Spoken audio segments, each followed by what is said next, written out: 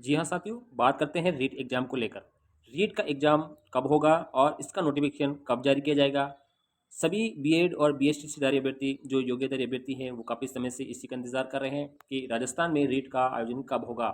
रीट का आयोजन पिछली बार यहाँ पे 2022 में लेवल 1 और लेवल 2 के लिए किया गया था। इसके बाद में यहाँ का रीट का जो नोटिफिकेशन है या एग्ज़ाम है 2 साल तक नहीं हुआ है और अब यहाँ पर 2025 में रीट का एग्ज़ाम होने की पूरी संभावना बन गई है।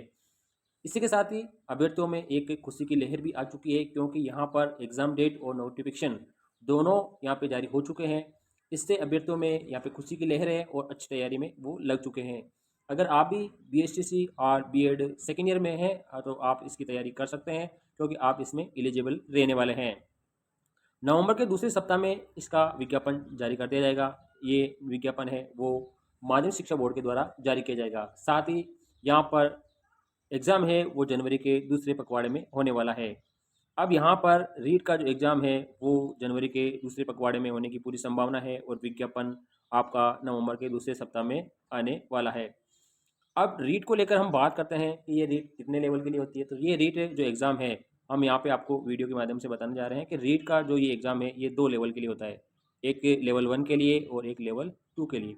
अब लेवल 1 में कक्षा 1 से लेकर 5 तक के अध्यापक बनते हैं और लेवल 2 में कक्षा 6 से लेकर 8 तक के अध्यापक बनते हैं।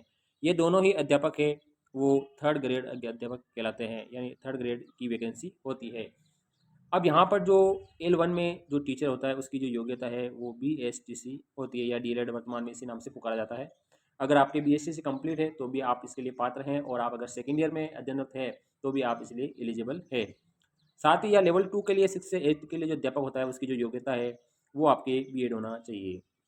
यानी आपके ग्रेजुएशन के साथ में आपके पास अगर बीएड है तो आप इसके एलिजिबल है। अगर बीएड के सेकेंड ईयर में आप अध्ययनरत हैं तो आप भी पात्र हैं। अगर आप बीए बीएड या बीएससी बीएड के फोर्थ ईयर में अगर आप हैं तो भी आप इसके लिए पात्र हैं। अब बात करते हैं कि रीट के जो प्रमाण पत्र की वैधता क्या रहती है। तो जब 2022 में जो रीट का एग्ज़ाम हुआ है उसके नोटिफिकेशन में इसकी जो वैधता है वो आजीवन यहाँ पे बताई गई है। यानी आजीवन इसकी वैधता रहेगी। पहले इसकी वैधता है वो 3 साल रहती थी, लेकिन अब इसकी जो वैधता है वो आपके आजीवन रहने वाली है। अगर आपके पहले अगर आप क्लियर है यानी आपने पहले अगर 60% अंक प्राप्त कर रखे हैं तो आप इसके लिए पात्र है, आपको दोबारा से देने की आवश्यकता नहीं है। लेकिन अगर आप अपना स्कोर सुधारना चाहते हैं तो आप इसमें एग्ज़ाम दे सकते हैं। रीट का जो एग्ज़ाम है वो पिछली जो बार भर्ती हुई 2018 में जो वैकेंसी हुई है रीट की, उसमें जो सीधी भर्ती है वो रीट के माध्यम से ही ली गई थी। यानी 2018 में जो रीट एग्ज़ाम हुआ था उसी की कट ऑफ के आधार पे ही यहाँ पे भर्ती हुई थी। लेकिन बाद में सरकार ने यहाँ पे 2022 में पहले रीट का एग्ज़ाम लिया गया था, उसके बाद में यहाँ के थर्ड ग्रेड का जो एग्ज़ाम है वो अलग से आयोजित किया गया था। बात करते हैं रीट का जो पेपर आता है आपका उसमें कितने क्वेश्चन आते हैं। तो जो रीट का जो पेपर होता है उसमें आपके 150 क्वेश्चन आपके आते हैं। प्रत्येक क्वेश्चन आपका 1 नंबर का रहता है, यानी आपके 150 मार्क्स का ये पेपर रहता है। अब अगर आप जनरल कैटेगरी है या आप ईडब्ल्यूएस कैटेगरी है तो आपको मिनिमम यहाँ पे 82 क्वेश्चन करने होंगे। नहीं सॉरी, 82 नहीं, आपको यहाँ पे 90 क्वेश्चन राइट करने होंगे। अगर आप 90 क्वेश्चन करेंगे तभी आपके 60% बनने वाले हैं। ये जनरल और ईडब्ल्यूएस के लिए 90 क्वेश्चन लाना जरूरी है। इसके अलावा अगर आप अदर कैटेगरी है जैसे ओबीसी है, एमबीसी है, एससी एसटी कैटेगरी है तो आपको यहाँ पर जो 150 क्वेश्चन है यानी 150 नंबर आपके हैं उसमें से आपको मिनिमम 182 नंबर लाना जरूरी है। तभी आपके यहाँ पे 55% अंक बनेंगे, तभी आप इसमें एलिजिबल रहेंगे। अगर आपके 82 में से एक भी कम है तो आप इसके लिए एलिजिबल नहीं रहेंगे, यानी आपको प्रमाण पत्र नहीं मिलेगा, यानी आपको मुख्य परीक्षा में बैठने का मौका नहीं मिलेगा। साथ ही हम बात करते हैं रीट एग्जाम में क्वेश्चन पेपर होता है जिसमें 150 प्रश्न आते हैं, उसमें किस प्रकार से 150 प्रश्न बटे हुए रहते हैं। तो ये जो प्रश्न पत्र लेवल 1 की बात करते हैं तो ये 5 खंडों में बटा रहता है।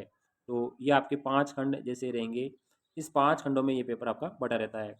तो फर्स्ट में जो आपका आता है वो आपके मनोविज्ञान आपके आता है फर्स्ट भाग में, और वो आपके 30 क्वेश्चन रहते हैं।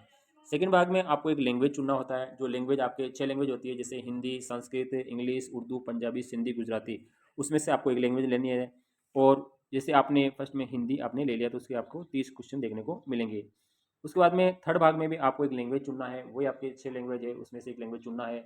आपने पहले हिंदी चुन ली है तो अब आपको हिंदी नहीं चुनना है, आप यहाँ पे इंग्लिश, उर्दू, पंजाबी, गुजराती, मराठी ये कुछ भी चुन सकते हैं। तो सेकंड में मैं आपको सजेस्ट करूँगा आप संस्कृत चुन लीजिए। हमने आपकी संस्कृत चुन ली, तो इसके आपके ट्विस्ट क्वेश्चन आने वाले, यानी पार्ट सेकंड और पार्ट थर्ड में आपकी लैंग्वेज रहने वाली है, और लैंग्वेज आपको 2 चुननी है।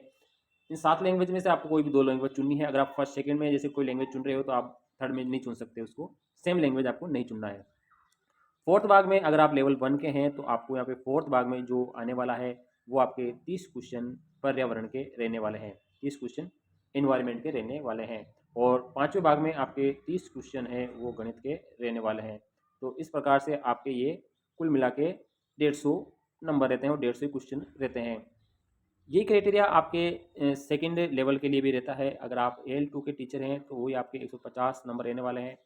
अगर आप आपको सबसे पहले भाग में आपको 30 क्वेश्चन आपके मनोविज्ञान के रहेंगे, सेकंड जो भाग होगा है उसमें आपके 30 क्वेश्चन वो लैंग्वेज के रहेंगे, थर्ड भाग में आपके 30 क्वेश्चन जो रहेंगे वो आपके लैंग्वेज के रहेंगे। फिर आपके जो चौथा भाग है, अगर आप चौथा और पाँचवा भाग की बात करते हैं, अगर आप BA में अगर आपके पास जैसे सोशल स्टडी है या हिस्ट्री जो भी है, पॉलिटिकल साइंस है, और या आप लैंग्वेज से हो, यानी आपने BEड में अगर आपका जो ओपनल विषय है वो लैंग्वेज वाला है, या जी आपका जो क्या कहते हैं सोशल साइंस से रिलेटेड कोई सब्जेक्ट है, तो आपको यहाँ पे जो 30 और 30 60 क्वेश्चन जो मिलेंगे वो आपके पूरे 60 क्वेश्चन जीके के मिलने वाले हैं। इसमें राजस्थान जीके, इंडिया जीके दोनों मिक्स रहेगी। अगर आप साइंस में से अगर BA BSc अगर आपने कर रखी, BSc BEड या BA अपने BSc मैथ से, साइंस से, किसी से अगर आपने कर रखी है, तो ये फोर्थ भाग में जो 30 क्वेश्चन है वो आपके साइंस के आएंगे और 30 क्वेश्चन आपके मैथ के आने वाले हैं। तो ये साइंस मैथ्स वाले के अलग है और ये साइंस और सोशल साइंस वाले के लिए अलग है।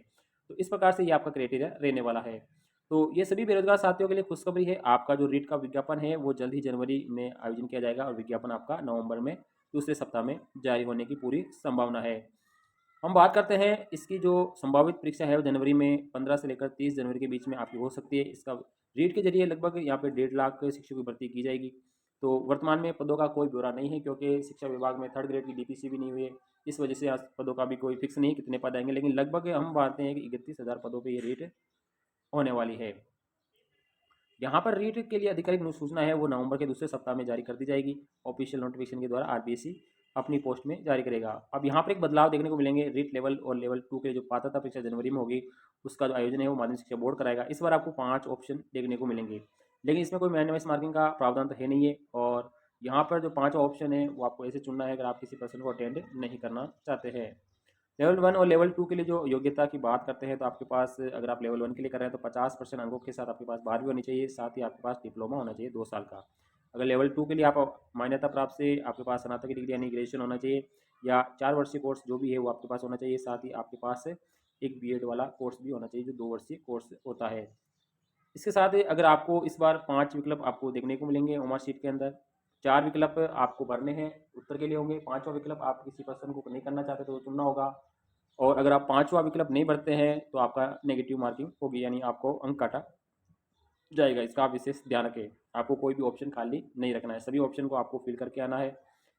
आपको A, B, C, D और D वाले 5 ऑप्शन में से आपको 4 ऑप्शन चुनने हैं। आप कोई क्वेश्चन नहीं करना चाहते हैं तो आप 5वां ऑप्शन चुनेंगे, लेकिन आपको कोई खाली नहीं छोड़ना है। अगर आप 10% से ज़्यादा अंक क्वेश्चन अगर आप छोड़ के आ जाते हो तो आप वैसे ही अयोग्य हो जाओगे, तो इसका विशेष आप ध्यान रखेंगे। वीडियो आपकी जानकारी के लिए बनाया है, वीडियो अच्छा लगे तो वीडियो को लाइक शेयर करें। थैंक यू, धन्यवाद।